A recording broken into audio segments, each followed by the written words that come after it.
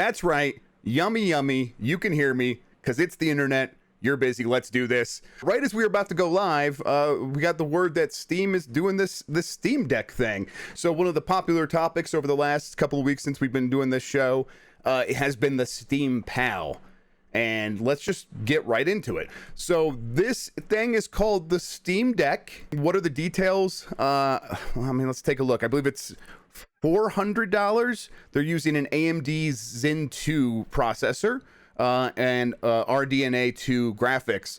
I'm not surprised that they're going with AMD. AMD's very power efficient right now in terms of its mobile chips. Let's see. So, and I'm looking for other details. I mean, this is kind of what we talked about last week. So I answered a question about this last week, and I was going off of kind of, I like to say, circumstantial evidence. You look at the circumstances of why a company like Valve would want to do something like this, and when you look at this, it kind of lines up with what I said. So yeah, they're talking about portability meets power. That's one of their big headlines here on the page for the Steam Deck.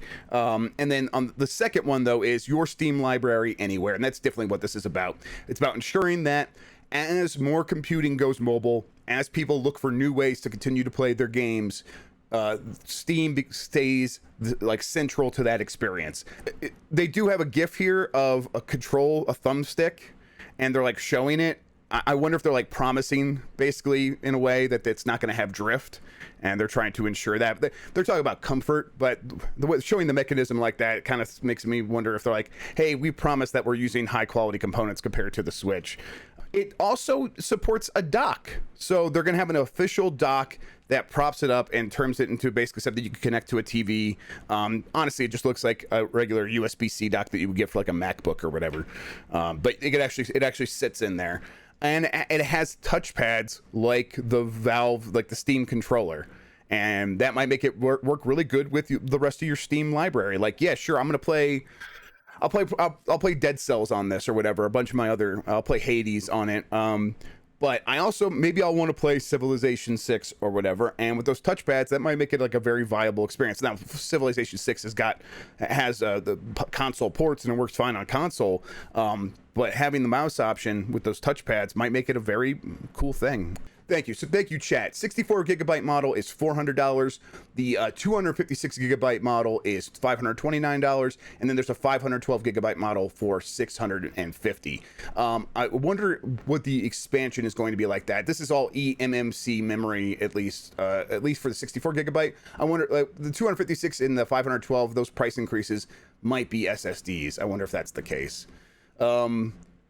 Yes, so thank you. Yeah, so everyone's helping me out in the chat here. $400 for a 64 gigabyte eMMC, and then the top two, the next two tiers are using NVMe, and so that might be worth it. 256 gigabytes of NVMe storage on yeah, that sounds like a really good device. So my hunch here, based on what we're seeing with this pricing and with these basic specs, I think AMD is giving Valve a really good deal. This sounds like a good, just upfront pricing deal, and their hope is that both companies will be able to make it up on, like, Valve will be able to make it up on the software side, and AMD will be able to make it up as new companies come into the space and choose AMD as the default. And right now AMD should be the default based on performance to energy use. It kind of does make a lot of sense. Okay, I did want to talk about Loki, which is that Disney Plus show. It's a Marvel Cinematic Universe show. It just ended. So there's gonna be. I'm gonna try to talk around the spoilers. Excuse me. I won't mention anything specific that happened, but let's talk. I'm going to talk in broad strokes about where the MCU is going and how that relates to games. And Loki did set this up, and it's kind of hard to avoid that is the case. I'll probably just kind of talk about this for the next minute or so. So if you wanted to tune out for it because of spoilers, but I'm gonna start now. We knew that Marvel and Disney were going to focus on the multiverse for the MCU going forward as part of like the post in-game phase of movies and stuff, because they already announced that they're going to do Doctor Strange in the Multiverse of Madness. Well, Loki set up that universe to happen, like to set up the multiversal war to happen. They put a lot of things in place, and I think this is important, obviously, for the movies. The movies this is gonna be like their big thing that they're gonna have to deal with now that Thanos is gone. But I think it's also important for how Marvel is going to approach all of its content going forward. And I say that to bring up the Marvel for Access game that we've talked about in the past. So this is a game that will not focus on any existing characters or storylines that we've seen in the MCU so far. But I think it's possible, and this is me speculating now going forward, that part of setting up the multiverse is to ensure that when something like this comes along, or something like the Square Enix Marvel's Avengers game comes along, they could say, no, this does fit into our universe as part of the multiverse, and so it matters. It matters to that story. It matters to the MCU, even if the things in the game cannot affect the primary characters that you are aware of in the MCU. I think that this is a big part of them, trying to set up that that line of thinking to ensure that people who like the MCU think the games matter. And I think it gives the game developers some freedom to drop more Easter eggs related to what's going on in the current storylines without having to like worry about messing up storylines that are actually happening. And I would imagine that we should see more of that in these games going forward. I think Marvel wants to do a lot of games. I think Disney is really kind of kicking themselves because during the pandemic, games were such a huge thing for so many other companies, and Disney's like, we've messed up games so many times, we're going to kind of give up on this stuff and try to find other ways to make games work, and I guess we'll do a partnership with Sony and see how that goes for this Marvel Spider-Man game. And when the pandemic came along, games did so much better, and everything else Disney owned did a lot worse. And Disney's like, we gotta have games in our back pocket for situations like this in the future. And if that might mean kind of going down the path more that we're already going down in terms of licensing these things out to publishers and developers, but we need to be doing that even more. I think I've talked about this in the past. Lucasfilm is doing a lot of deals for Star Wars games. They're doing a lot. They have a lot of talks ongoing right now for Star Wars games, and what that turns into, what that looks like, I don't have insight into that stuff. All I know is a lot of those talks are happening. I would imagine that we kind of already know that we already knew that was happening on the Marvel side. Seems like it might be happening even more, and this multiversal war thing that Loki set up is it's a situation in which it serves the story that they're telling for the MCU, but it also might serve a lot of business purposes, and it's kind of clever when you think about it from all the directions in which it might work out for Disney. It's pretty impressive. Yeah, let's get to some questions. From Tokoto, how many JRPGs are you going to play on the Steam Deck? I might start playing Final Fantasy 14 with my real friends. Sorry, this is a punk who wants me to start playing Final Fantasy. I think he knows I'll never play it, so I'm just messing with him mostly. Blackheart Vinyl. Are we supposed to trust a man not in a meat suit? I mean, it's right there. I can get it. I mean, here's my meat sweats. If you don't know, don't ask, please. It's not worth it. Nath 26. Nat He 26 asks, what is going on with the dev cycle of Halo Infinite? It seems like it's on track. There's been ups and downs, there's been bumps, obviously these are all since the delay.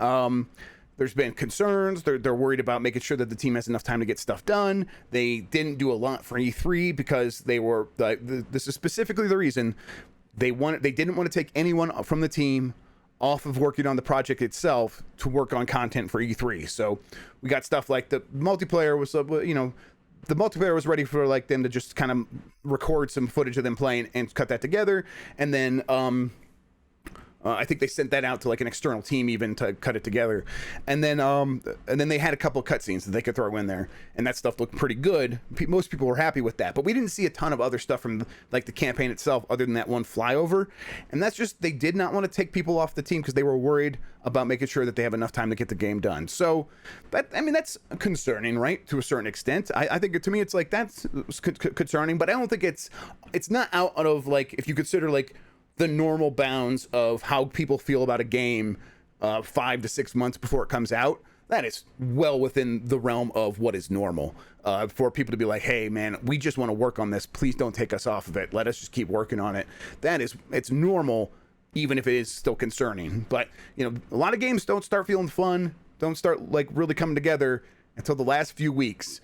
And but they are on the trajectory to reach that point right now, is my understanding. So I don't know, I think you're gonna get a Halo game in terms of multiplayer, and I think the campaign is the big question, and we'll have to see how that turns out. I'll answer this one real quick from Future Creep. VCS thoughts. I haven't watched Jeff's video yet, but I thought it's a weird device that I don't think makes sense for a lot of people, but I kind of like it because I'm thinking about it like, if you get the $300 version without the controllers, this is the Atari VCS for people that are wondering. I got it right here. It uses PC components. It comes with like a version of Linux built into it, but you can like run Windows on it. You could run your own Linux on it. And for $300 for like a cheap little computer you can plug into your TV, and then also get some weird Atari games, and then it runs Chrome apps in all these situations. So you get like any Chrome apps, so Netflix and Disney Plus and all this stuff. I don't know. It's cool. It makes some sense. I feel like there's someone out there who's gonna be like, man, we don't have a lot of money. And I wish we could get something that could stream all the video stuff and then also be a computer. And in that scenario, $300 for this it can work. If you come at it looking at it like a console experience, it doesn't make a lot of sense, especially at $300. But if you need the other stuff, it can work. From Kane Highwind 09, was Beyond Good and Evil 2 ever actually a thing? I don't really think so. You know, at the time, I think we speculated over at GamesBeat that it was part of an effort to puff out their chest at Ubisoft and say, look, we have this huge project and this huge project, and we're bringing back Beyond Good and Evil 2, and it's going to be a bigger project than you ever thought the sequel to Beyond Good and Evil was ever going to be. And that's why Vivendi cannot afford to acquire us. And then when the Vivendi sort of went away as the threat of acquisition, Ubisoft's like, we'll get back to that someday. Joseph Gordon-Levitt, you don't need to go steal labor from anybody anymore. You could back off on that. We don't need your stuff anymore. So yeah, that's a hunch though. I don't know for sure. But I don't think it was ever really a real thing. You know, that doesn't mean it's not in pre-production right now. It probably still is in pre-production with some people, I guess, but it just seems unlikely that it's ever going to turn into anything real. Okay, let's wrap up. Thank you everybody for watching. Thank you so much for tuning in. You can get more from me over at GamesBeat. That's where I write my stories. I do a few other things, but the best way to keep up with me is Twitter, if you're willing to put up with too many tweets, and I'm at Jeff Grubb. Thank you for watching the show. If we do another, I think sometimes these get edited into GrubbSnax, delights or whatever, and put on YouTube. If you're watching that version, you want to participate. If you have questions you want to ask, definitely join Giant Bomb Premium, giantbomb.com/upgrade. Come hang out with us. It's a fun time. We have a good time here in chat where we just try to figure out what's going on in games, discuss stuff. Yeah, let's wrap it up. Thank you, everybody. I'm going to hit the button that actually sends us out, and it gets bitten, the GrubbSnax logo, and then we can stop the stream. And I'm just rambling now. Thank you, everybody, for watching. Until next time, have a good one. Take care of yourself, and goodbye.